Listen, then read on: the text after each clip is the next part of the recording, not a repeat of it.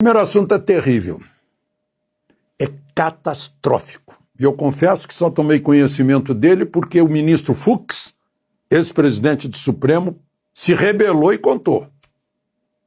O Supremo aprovou o fim da coisa julgada no que diz respeito a assuntos tributários. Gente, a Constituição, na linha 36 do artigo 5º dos direitos e garantias individuais, diz lá: a lei não prejudicará direito adquirido, ato jurídico perfeito e a coisa julgada. Ou seja, é proibido até fazer lei sobre coisa julgada. E a contribuição social sobre o lucro líquido levantou uma série de questões de dívidas que as pessoas recorreram ao Supremo, recorreram à Justiça, tramitou em toda a cadeia da Justiça e terminou coisa julgada no Supremo. E semana passada o Supremo diz: não, coisa julgada no assunto tributário pode ser reaberta. E quem não pagou o tributo vai pagar com juro e multa.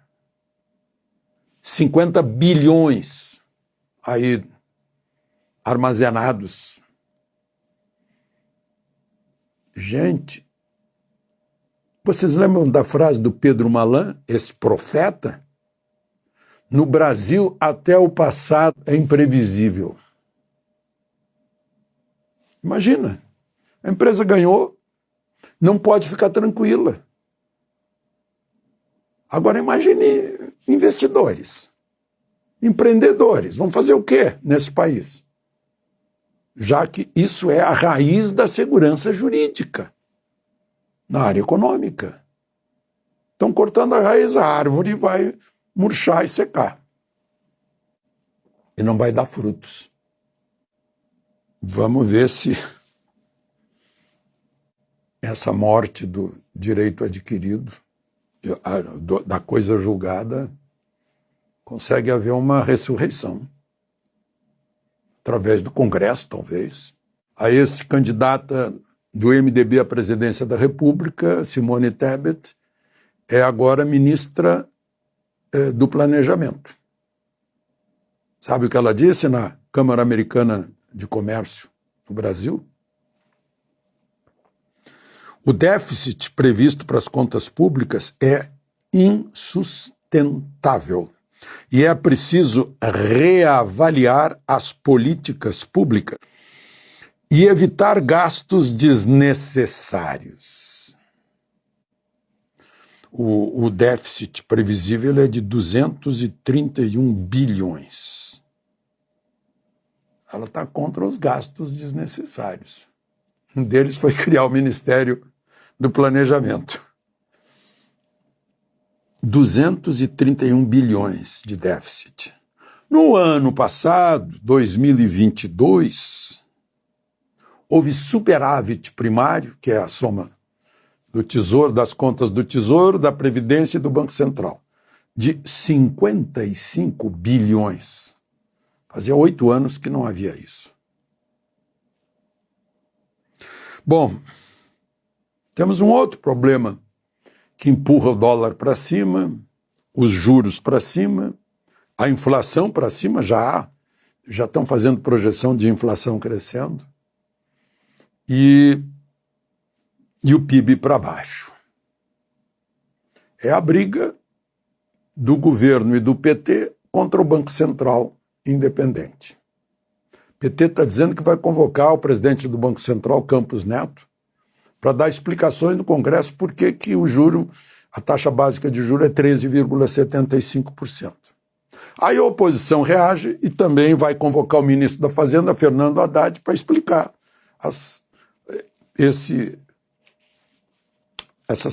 os gastos dispensáveis e excessivos. Outro assunto, né? CPI. Sobre os acontecimentos de 8 de janeiro. Que o Washington Post, ao noticiar a visita de Lula a Biden, falou em 6 de janeiro, no título. lá na 9ª página, no título. Foi a única referência que fez. Bom, por que o governo não quer CPI? Gente, será que o Congresso Nacional não está à altura da gravidade do que aconteceu em 8 de janeiro? E vai deixar isso para quem investigar, para o Ministério Público, só. É um caso político, gigantesco, como nunca se viu nesse país. Os 3 poderes invadidos, com depredações. CPI para evitar que isso aconteça de novo, investigando as causas mais remotas disso tudo e todos os personagens envolvidos. Está começando amanhã a CPI da Assembleia do Distrito Federal. Mas isso não basta. Tem que haver uma CPI mista, Congresso, né? Câmara e Senado, para estar à altura do acontecimento histórico do 8 de janeiro. Não é? Bom, vamos a notícias melhores. Sensatez da Força Aérea Brasileira lá na retirada dos garimpeiros. Abriu um corredor para poderem sair pacificamente, né? Embora os gritos, as declarações, né? Eles vão sair pacificamente, são trabalhadores brasileiros que foram para lá, não pode, né? É ilegal, só quem pode autorizar pesquisa e lavra é o Congresso Nacional, mas eles foram lá sem autorização, agora para sair também. E vocês hão de estar lembrados que uns 10 dias atrás, mais ou menos, eu sugeri isso aqui. Deixem o corredor para eles irem embora, tem que ir embora de avião, inclusive, porque não tem como caminhar 280 quilômetros de distância pela mata, com cobra, com mosquito, com malária, com Yanomami, né? Pode haver até confronto, prejudicial para os 2 lados. Eles vão poder continuar saindo até dia 6 de maio. Haverá tempo para retirada. São 25 mil, 30 mil brasileiros pobres que foram lá em busca de futuro, que têm que ser considerados também.